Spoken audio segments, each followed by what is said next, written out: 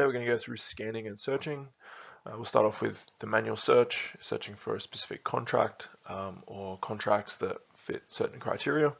Then we'll look at searching for specific equipment, and then from there we'll also look at QR code scanning and just generally trying to get quick information in regards to equipment. So first thing, searching.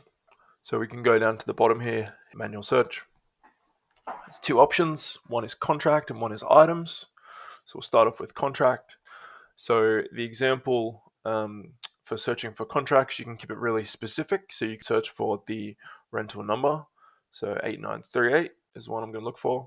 And then you can find a contract really easily. So in a scenario in general hire, you can basically, when a customer walks in, you can easily look up on the mobile device the contract number, and from there you can get an understanding of what's happening. So in this case, it's delivery, and we can actually see down here that there's a docket basically pending that's ready to be assigned to a driver. So from here we can basically tell, hey, it's about to go on delivery, and we can also go and add things. You can add more equipment, you can edit it, and generally just go and print and do various different things. Depending on what stage the contract is at, depends on what actions will appear. So, let's say that the docket wasn't created, you would see create delivery docket down the bottom here, and you could go ahead and do that action. Sweet, so that's contract. So that's looking for a specific contract. And you can also, there's a range of different fields here. So you can look based on the equipment, you can look for a specific driver's license number, customer name, site name, all that kind of stuff. So as an example here, I could type in small compactor, and it's going to return every active contract, so contract that's on hire or is about to be, every active contract that has that particular make and model combination in its contract as one of its line items. You can tap one, you can see here.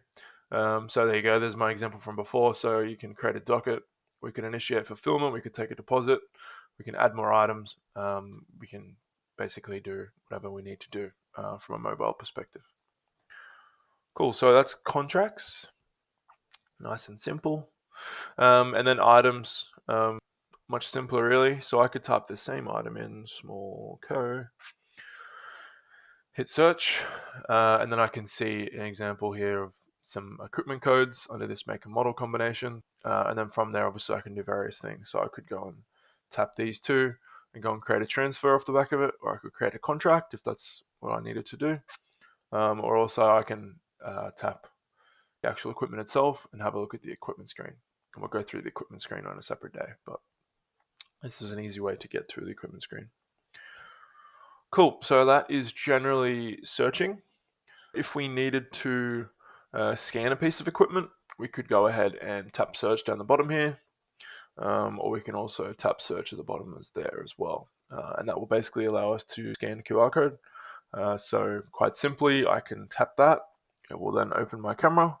I can then go to a Word document with a QR code on it. Obviously in reality it's going to be on a piece of equipment, and then that will automatically take me straight to the equipment screen. So nice and simple. So the perfect scenario for this is if you find a piece of equipment that's in the middle of the yard and you're not quite sure why it's there, you could scan the QR code and it could give you information about it. So in this particular case, we have 19 open service jobs, slightly unrealistic, but there might be one in real life.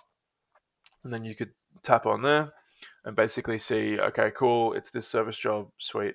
And then that means that it needs to be in the servicing area. It shouldn't be over here in the returns area or whatever the situation is. And that also goes for various other different situations. So in this case, it's already on a contract, so it might need to go to the fulfillment or the picking slip or the delivery kind of outgoing area. Or it could be on the way back in. You basically take it to the return bay. Whatever kind of situation makes sense internally, you can go ahead and do that. Make the decisions easily. And one of the biggest time savers when it comes to BMA is the simple walking backwards and forwards from the yard to the office to get information. So having that information in your hand is awesome. That is all for today. Thank you.